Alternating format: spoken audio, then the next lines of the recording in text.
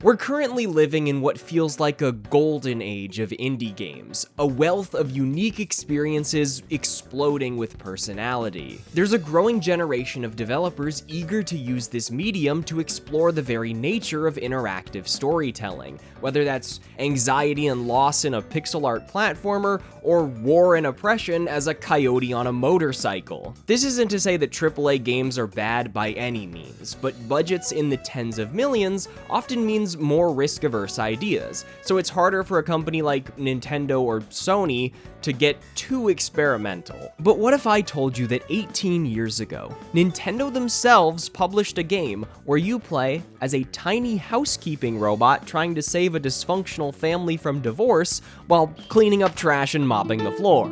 Enter Chibi-Robo, originally a point-and-click adventure game developed by the fledgling studio Skip Limited and slated to be published by Bandai. After residing in a state of limbo, it eventually caught the eye of Shigeru Miyamoto, and Skip completely revamped it into a fully controllable 3D action-adventure under Nintendo's wing. The early 2000s was a time where smaller budgets and teams meant more room for experimentation, so surely Chibi-Robo, a title that felt far ahead of its time thanks to a strong aesthetic, dynamic music, and surprisingly mature storytelling, was flying off the shelves. Well, no. The game had very little marketing, especially outside of Japan, and didn't release in North America and Europe until 2006, making it a swan song for the GameCube with the Wii on the horizon. There are so few copies in circulation nowadays that they resell for well over $200, which makes me wonder how I even found out about it back when I was a kid. But Chibi-Robo isn't just some mediocre third-party title, it's become something of a cult classic among fans, and clearly had a spark bright enough for Nintendo to give it 5 more strange chances at success. The first sequel, a gardening simulator named Park Patrol, was released exclusively at Walmart. Then there was the true spiritual successor, Okairi Happy Richi Osoji, which only released in Japan, a Wii port of the original game, also only in Japan. Oh, and who could forget the gimmick 3DS app, Chibi-Robo Photo Finder? And finally, if you've been in the Nintendo sphere long enough, you might already know about the incredibly underwhelming 2D platformer that was Ziplash. But I'm not here to lament Chibi-Robo's death. Instead, over 7 years since I last revisited it, I decided to replay and fully complete the original game in search of some answers. Why is this niche little GameCube title so revered by the lucky few who did play it? And why, out of all the games from my childhood, is it the one I remember so vaguely, yet so fondly? Let's start at the beginning. The setting of Chibi-Robo isn't some magical fantasy world. It's the suburban home of the Sandersons, a normal family of 3+ dog who are currently celebrating the birthday of their daughter Jenny. Mr. Sanderson's gift to Jenny, and himself as well, is a brand new Chibi-Robo, a tiny robot designed to make families happy by tidying up the house and performing other helpful tasks. Accompanied by a talking TV named Television, you emerge from the Chibi house to dazzle and delight, before quickly learning that things are far from idyllic.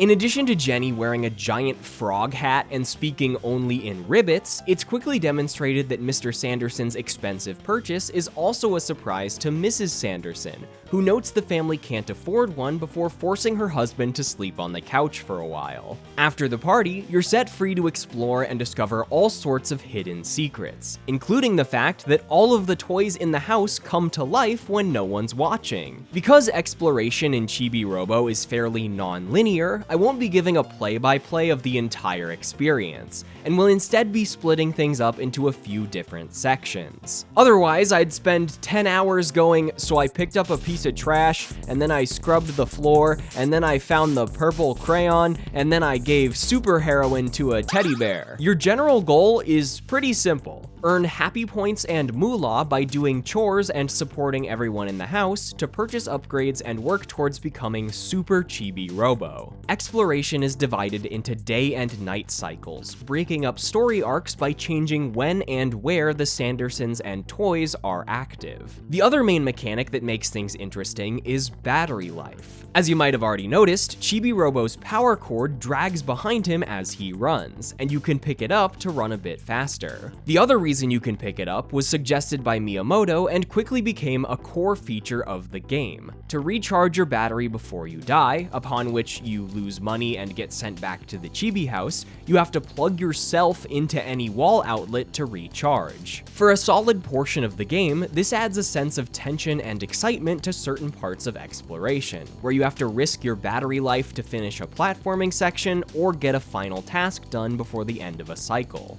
Chibi-Robo is one of my favorite games of all time, and a large part of that is thanks to its quirky and comforting aesthetic. Every room in the Sanderson house is vibrant and detailed, from the wildly purple foyer to the intensely green living room. There's a waterfall parkour course in the upstairs hallway and a jungle gym of beams and rafters in the master bedroom. Photographs of the family are spread across picture frames and corkboards, and there are so many details and climbable objects that it feels like not a single inch of space was taken for granted. The soundtrack also twists and turns to fit any vibe or genre it wishes, from classic rock and roll for a game of chicken where you try to park hot rods on the edge of a stairway, to beautifully melancholic guitar and orchestral pieces for tragic flashbacks and bittersweet farewells. The day and night themes are also incredibly dynamic. Not only do they change pitch and tempo when you pick up the cable to run faster,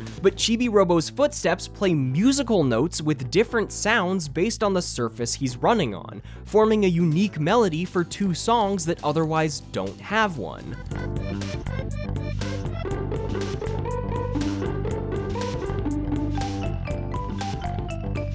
Chibi-Robo also takes the award for my favorite voice sounds. Each one is an assortment of choppy dialogue that fits each character perfectly. They're so goofy and memorable that I could probably mimic every single one even if I hadn't heard them in years. Jenny's frog speak sounds like a blend between ribbit and kettle, the Japanese sound for frog noises. But when she speaks to you directly, it sounds more human.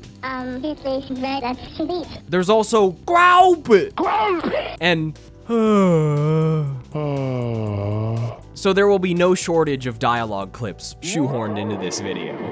While a lot of the game's heart lies within its storytelling, it wouldn't be as meaningful if the entire package wasn't fun to play, and Chibi-Robo still is. By no means is it some masterclass of design. It's a 20-hour loop of talking to NPCs and fulfilling fetch quests by running around and picking stuff up, but if you're watching a video on my channel, you already know it can work. Plus, the novelty of a regular house turning into a massive adventure never gets old to me. Strings and cords become climbing ropes, drawers and door handles become jumping platforms, and simply reaching the top of a toy castle is a mission in and of itself. Basic household tasks require incredible effort when you're this small. It takes both hands to pick up a giant pile of cookie crumbs and lob it into the trash can. To clean paw prints and dirt stains off the floor, you whip out a toothbrush and use it like a broom. And in classic Chibi-Robo fashion, it doesn't make scrubbing noises, it dynamically plays a Spanish guitar instead.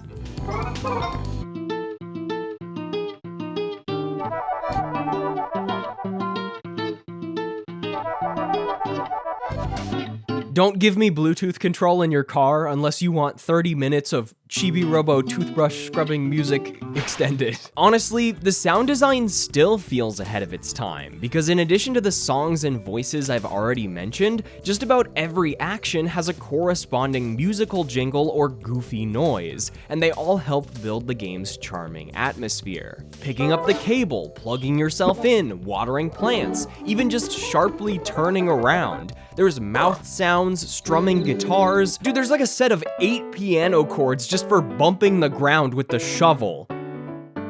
You might think the attention to detail would stop there, but no, the game also uses these mechanics for small pieces of environmental storytelling. You'll often find candy wrappers next to Jenny when she's drawing, and piles of trash shoved under her bed. Tao's tracks often make a clear path between his doghouse and the back door, and the upstairs hallway is covered in oil spills and skid marks left by the hot rod minigame. Just immaculate stuff. I'm out here writing several pages about house cleaning design. All of these little household chores you can perform serve as cute diversions between main objectives, while also providing happy points for battery upgrades and moolah for purchases like the Chibi Blaster, which is helpful for finding secrets and killing evil robot spiders. It's complicated. But you know what shouldn't be complicated? Getting a good night's sleep. Is that really the best transition you could come up with? Hey, where are you going? If you're the kind of guy or gal who likes to sleep, then you're in luck, because this video is sponsored by Helix. Literally everyone sleeps. Yeah, that's why I freaking said it, dude. Helix makes it so easy to get a good night's sleep, you could practically do it with your eyes closed. Get it? All you gotta do is take their sleep quiz to find the perfect mattress for your body type and sleep preferences. My buddy here's a bit of a freak. He might start out on his back, but he isn't afraid to roll over on his sides or wake up in a position never thought possible by humans. So Helix matched him with the Midnight Lux and shipped it right to his door. All he had to do to set it up was roll it out of the box. Wait, how do you know that I start on my back and then wake up in a ball of anxiety? I watch.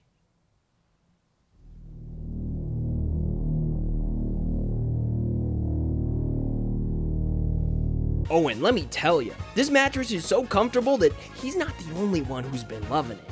I even find myself sneaking in a nap or two when I'm not busy making all of the money for his channel. You what? But buying a mattress can be a stressful decision, so Helix has you covered with a 100-night sleep trial. If you don't like it, they'll take it right back and give you a full refund. The mattresses also come with a 10-year warranty, and with that much time, you can rest assured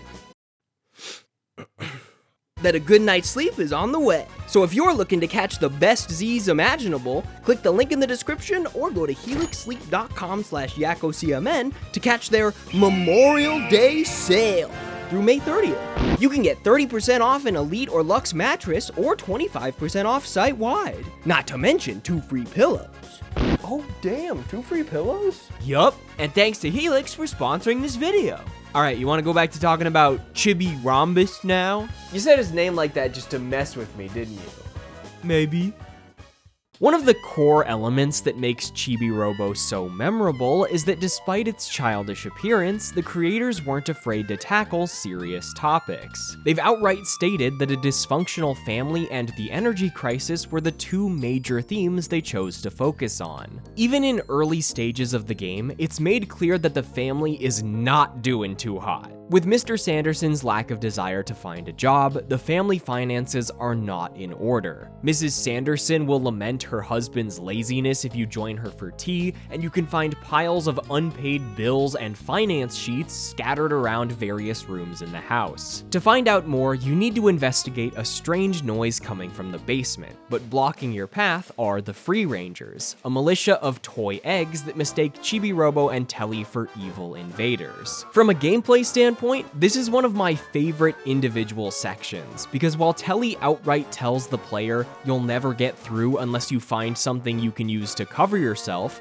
hinting at a mug you can grab in the kitchen to use as defense, you can just gun it through anyway. If you make it all the way to the basement, like I did because I'm a gamer, the game will directly praise you for making it through without getting hit, which is just, so cool. I love it when games do that. Upon reaching the basement, you discover that the source of the mysterious noises is a massive robot named Giga-Robo, whose stored memories reveal his tragic past. Before the birth of Jenny, Giga-Robo was purchased by Mr. and Mrs. Sanderson, and was so kind and helpful that he essentially became another member of the family. After he saved some aliens, because there's aliens in this game, they helped bring all of the toys in the house to life. But Giga-Robo was eventually shut down once the Sandersons couldn't afford to pay his power bill. These memories also paint a depressing reality for the player. Mrs. Sanderson wasn't just concerned about Chibi-Robo's initial price, she was also concerned about his sustained power usage. Then Captain Plankbeard shows up and says that even though every pirate swears to be as evil as possible, the Sandersons were so poor that he couldn't bring himself to steal even a single doubloon. My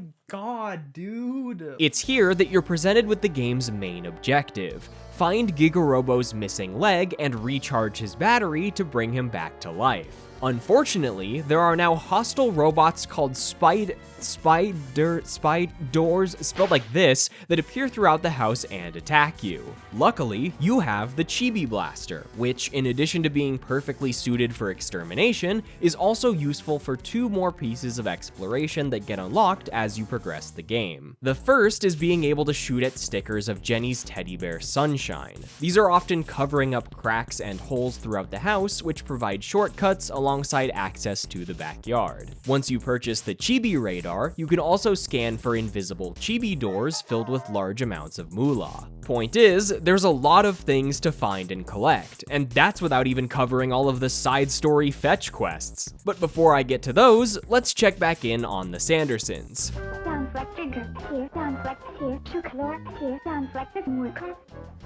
Uh-oh. The first major plot event in Chibi-Robo occurs after interacting with Mrs. Sanderson in her bedroom. While compiling the family finances, she notices that something isn't adding up, and asks you to check if her husband is hiding something. Once you find a toy receipt hidden under the couch, Mrs. Sanderson reaches a breaking point. She locks herself in the bedroom and asks you to deliver a letter to her dysfunctional family, in which she lambasts Tao for dragging mud through the house, Jenny for hiding behind her frog costume, and her husband for not being man enough to find another job, culminating with a threat for divorce. I've gone back and forth on this plot point with myself, and no one else, because who the fuck played Chibi-Robo, quite a bit. Given the brief and arguably silly cutscene, it's hard to tell if she truly wants a divorce or is using it as a threat to scare her family.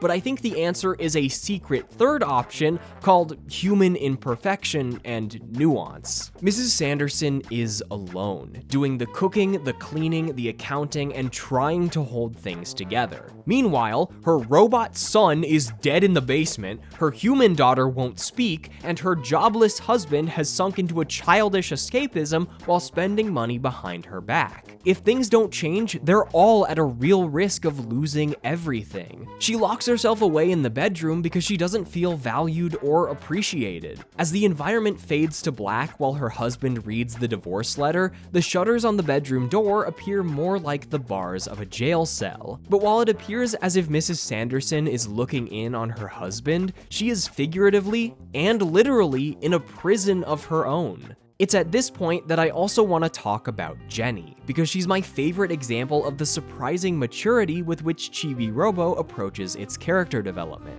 Sure, it's funny that she wears a giant frog hat and only speaks in ribbits, but this costume also serves as a clear coping mechanism, a way for her to escape the realities of her parents' quarrels. If you go upstairs at night, you'll find her crying outside her parents' bedroom instead of sleeping, and if you interact with her teddy bear, she'll puppet him to talk with you directly.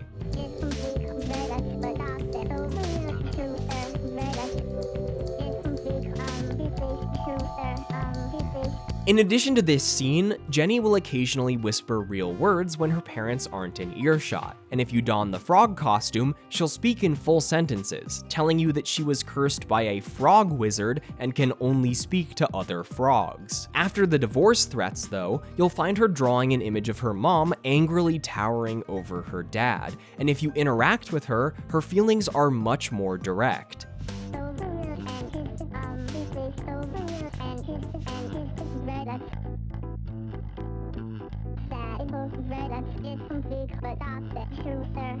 By presenting the story in this fashion, I worry it may come off as bleak and miserable in a way that doesn't mesh with the overall aesthetic. But if anything, I think it's what makes the game feel so real, because the heart of Chibi-Robo is incredibly bright. Throughout the game, it's clear that Jenny finds a sense of comfort in Chibi-Robo's presence, as she can often be found drawing pictures of him in the living room. Outside of the cutscene where she's found crying on the stairs, all of her character moments are completely optional, which really deepen the experience simply by choosing to be there for someone during a difficult time. But Jenny is far from the only person you can opt to help. Every action you take, whether mandatory or optional, is selfless. You earn money from mopping floors and throwing away trash and spend every extra cent on Giga-Robo's battery to bring him back. But even then, it might seem like you just can't find his missing leg. Well, remember when I mentioned there are aliens in this game? Eventually, they attempt to communicate with you by entrancing Jenny in front of her TV at night. By deciphering circle middle radar, you deduce the aliens can be summoned in the backyard. They inform you that they're here to fulfill a promise to their friend, and ask you to take them to the basement in an adorable little conga line. Upon discovering they're too late, they get so cartoonishly sad that it kinda makes me laugh.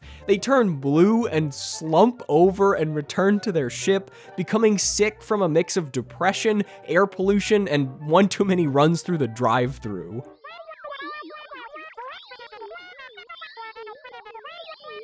Alright buddy, easy on the Baja Blast, you know it's a school night. In a situation of this magnitude, what's a tiny housekeeping robot to do? Well, use the alien time machine, of course. Duh. Okay, I know I said this isn't some magical fantasy world, but stick with me here. The aliens ship sends you 10 years into the past, where you can view a scene of the Sandersons happily spending time with Giga-Robo. The reason you're here, though, is to find the 4-digit code that opens the briefcase under the Sandersons' bed. Opening it up back in the present reveals the item you've been searching for: Giga-Robo's missing leg. Unfortunately, all of the spy doors are in the briefcase, and upon being set free, they immediately chase the Sandersons into the living room. After barricading the doors, Mr. Sanderson reveals that he's the one who created these dangerous creatures. While he originally created spy doors as toys that could be friends with Chibi-Robos, his employer reprogrammed them to be, quote, hostile and cruel, so he chose to quit his job, too ashamed to admit the truth to his family. What follows is a wacky action sequence to save the day. Chibi-Robo holds off a wave of spy doors while Mr. Sanderson runs upstairs to get his toolkit and upgrade the Chibi Blaster. Once he finishes it, the entire family gets tied up by the final boss, the Queen Spy Door. After defeating it while some sick tunes play in the background, the family reconciles and celebrates the bravery of our two heroes.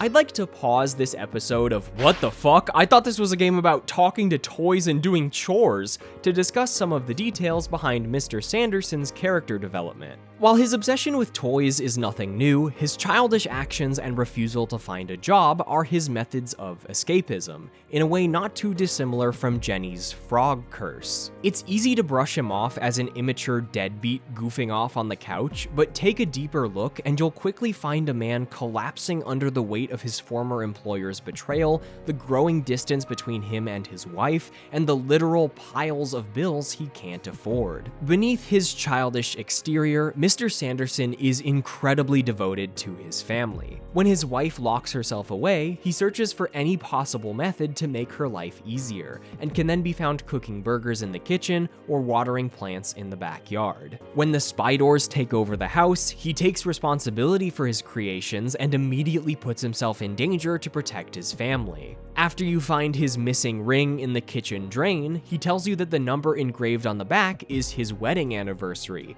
and that he uses it for all of his passwords. Input that date on Giga-Robo's foot, and sure enough, it's the final secret to turning him back on.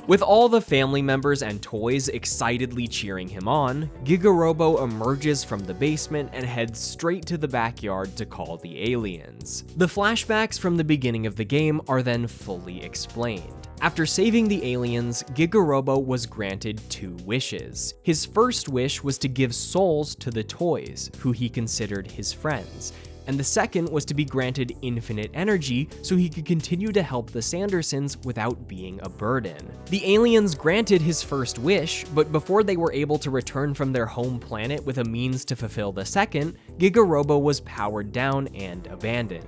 Giga and Chibi-Robo are then finally given infinite energy, Mr. Sanderson thinks it's sick as hell, and we roll credits.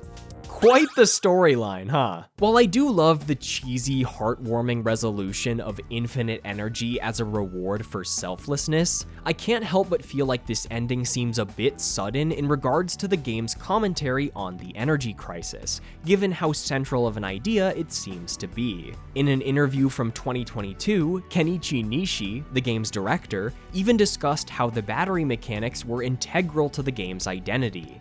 Chibi-Robo is an electricity-consuming robot, so the theme of the game was the dilemma of acting for the happiness of others while also consuming electricity to do so. Alongside being seared into the player's mind through a central mechanic, energy is brought up multiple times throughout the story, from Mrs. Sanderson's initial concerns with the Chibi-Robo gift, to the flashbacks of abandoning Chibi-Robo due to his power bill, to Drake Redcrest questioning if Chibi-Robos are evil after hearing a news report about the concerning rise of electricity usage, to the Sandersons fearing for the future after seeing the same report.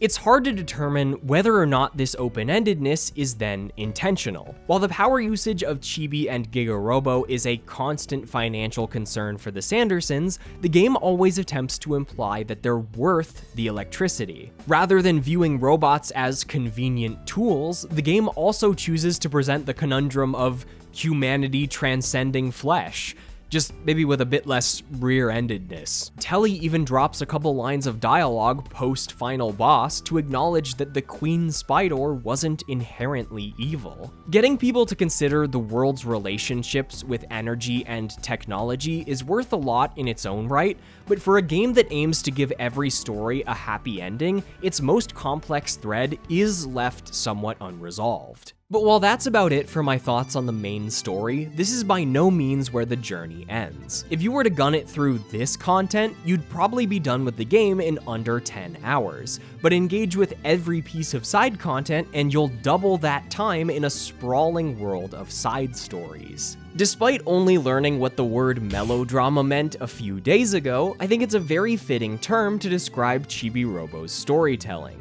No wonder it was used in multiple reviews for the game around release. Music is key here. I mean, you'd hope so, considering one of the definitions of melodrama is a play interspersed with songs and orchestral music accompanying the action, but boy do they deliver. Like, if I just tell you about the cutscene where the battle-scarred leader of the Free Rangers is brought to tears as he says farewell to the members of his army that chose to join Captain Plankbeard's crew, that's one thing. But when they put this on in the background,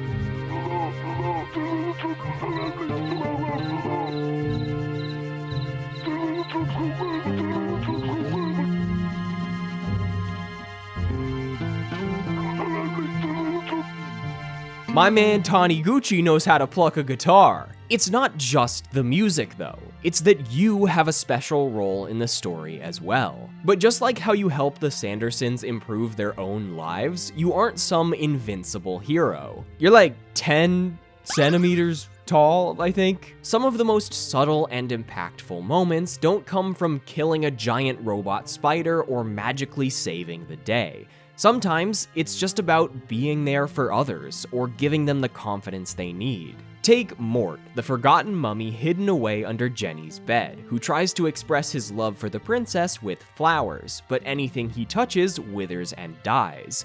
Nice classic Beauty and the Beast situation. Most of this questline consists of simply talking with Mort, then planting a flower so he can have one more gift to give to the princess. When the princess then discovers the true identity of her secret admirer, she knows that she has to change, asking you to repeatedly surprise her so she can overcome her fear of scary things. When Sunshine later attacks the castle, it isn't you that stops him, it's Mort, who finally accepts his own appearance and snaps the crazed bear out of his rampage. By being funny. And with Sunshine, Sunshine goes ballistic every time his nectar addiction flares up, so he asks you to plant the legendary nectar seed 10 years in the past so he can get a taste for himself. And once you feed it to him, it's so good that he pees himself and quits cold turkey. I can't imagine that try hard drugs once and you'll never want to do them again is what the developers were going for, but it's funny as fuck. Also, when the bird in the backyard asks for nectar, if you specifically feed it the legendary nectar, it has unique dialogue. And we've established that that's like one of the best things in video games. But in my eyes, the most emotionally impactful side story is about an old Lego dinosaur named Dinah and a dancing plant named Funky Phil. I'm not fucking with you, I swear. That should be evident by how far you've made it in this video. After you rescue Funky Phil by raising the blinds in the bedroom, he'll perform a sweet dance concert, much to the delight of Dinah, who, despite her old age, has strong feelings towards Funky Phil. After the concert, if you plant the funky seed he drops and water it with his rainbow sweat, don't ask, you'll grow 6 kids, one of which is a little bit funkier than the others, but you can use the Drake Redcrest costume to help him learn to dance. Before the next concert, though, Funky Phil suddenly and mysteriously dies, leaving Dinah and the 6 kids in a state of anguish. At this point in the story, you can't do anything. You're advised by Telly to give them time to mourn, and like, damn.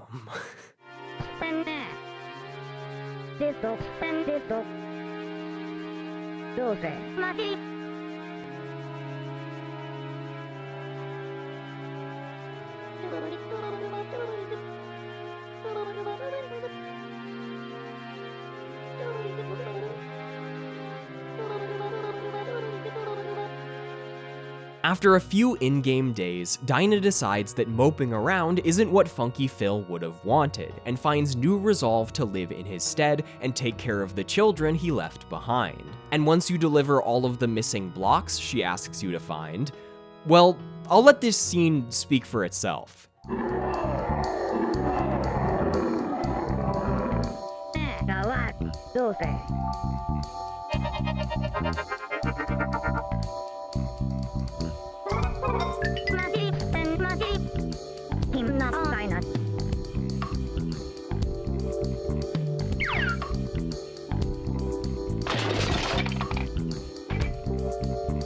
She puts her life in your hands. She walks off the ledge and breaks herself apart, trusting that you'll be able to get Mr. Sanderson to put her back together. But why? Why would she go to these lengths? Well, to go truck mode. She sacrifices herself for Funky Phil's kids, with the simple wish to drive them to the backyard so they can perform a concert in his honor.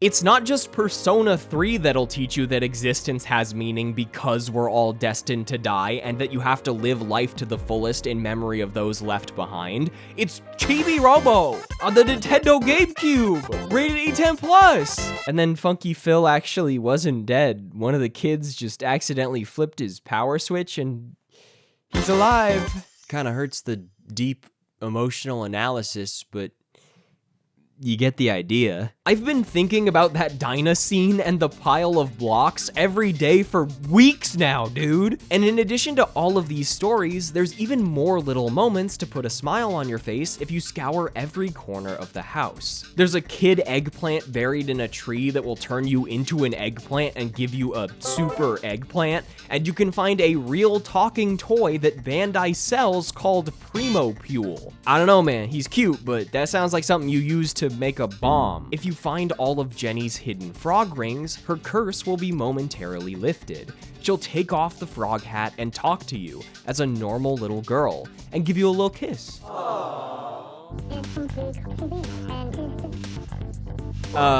You look very yes today? And after all that fucking effort to find every frog ring in places out of sight and higher than she could possibly reach, when you walk out of the room, she puts the fucking frog head back on. I give up, man. That's enough analysis for one day.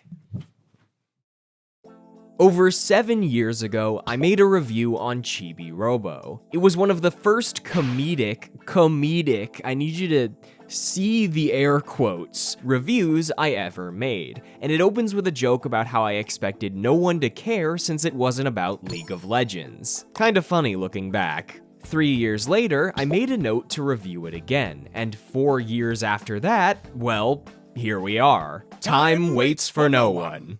That's, Zillion from League of Legends. My goal with this playthrough was to truly explore every corner of the game, something I didn't accomplish in my childhood or in the subsequent revisit for that brief 2017 video.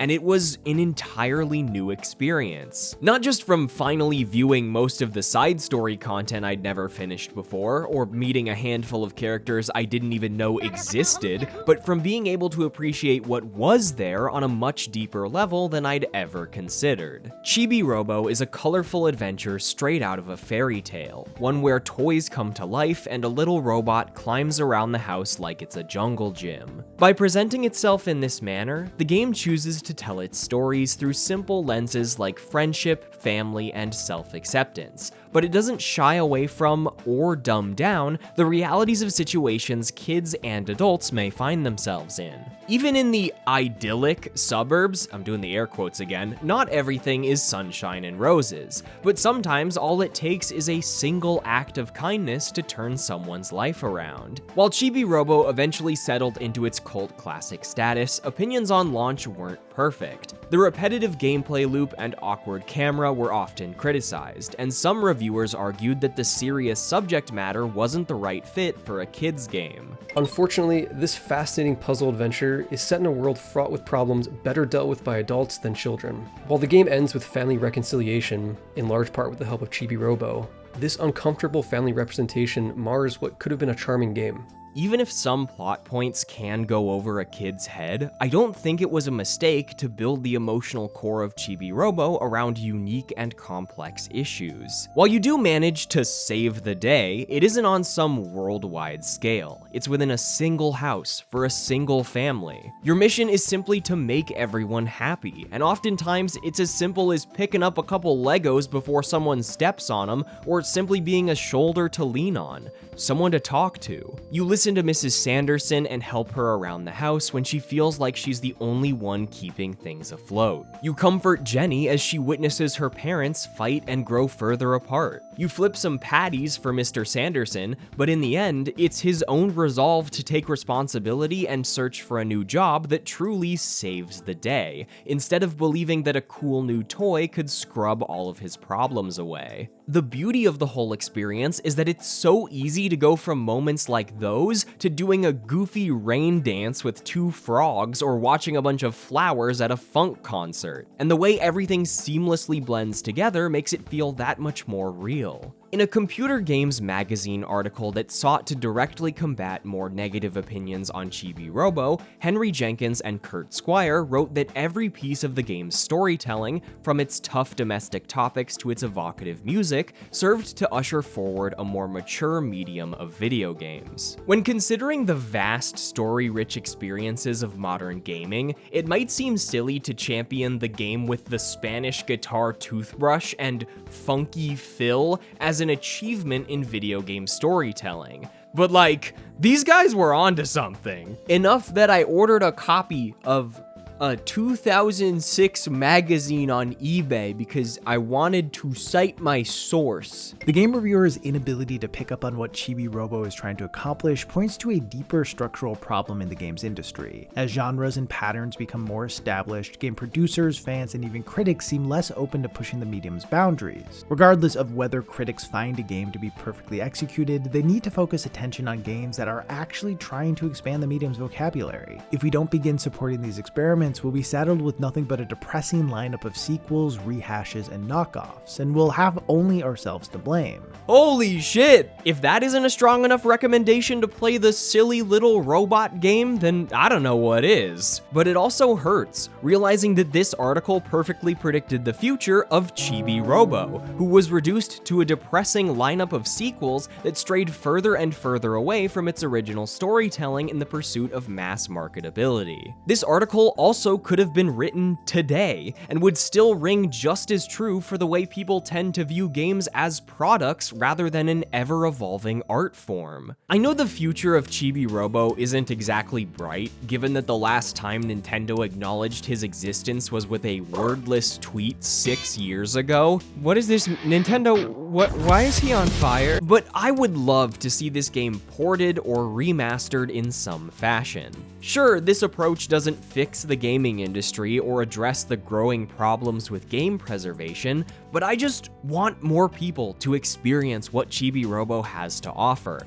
and I hope it doesn't end up falling into complete obscurity. I think that there's a much larger audience for this kind of cutesy, weird experience nowadays than there was in the GameCube era, especially with the continued rise of indie games. Considering the relatively small size of Skip Limited at the time, Chibi-Robo basically is an indie game. I'm not saying that Chibi-Robo Recharged would be the first game to sell 1 billion copies by any means, but I would love for more people to be able to play it without having to spend several $100s on a secondhand copy or do that thing Nintendo isn't the biggest fan of. If you're wondering how I recorded this game at 1440p widescreen, my GameCube just does that.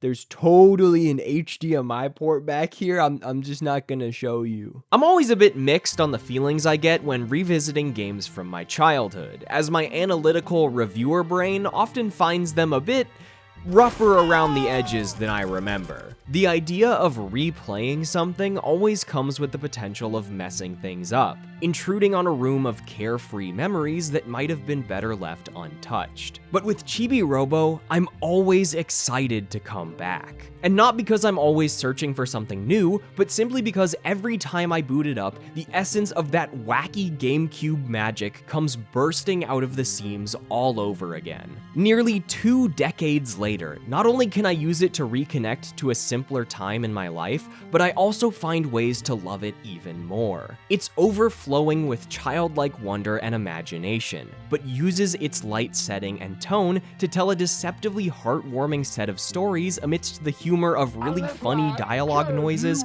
and the relaxing monotony of everyday life. It exists as a wonderful window into the era of video games that kindled my never-ending love for the medium, and it just makes me really happy. If you're looking for some big moral of the story here, I don't really have one. I just really like the goofy little robot.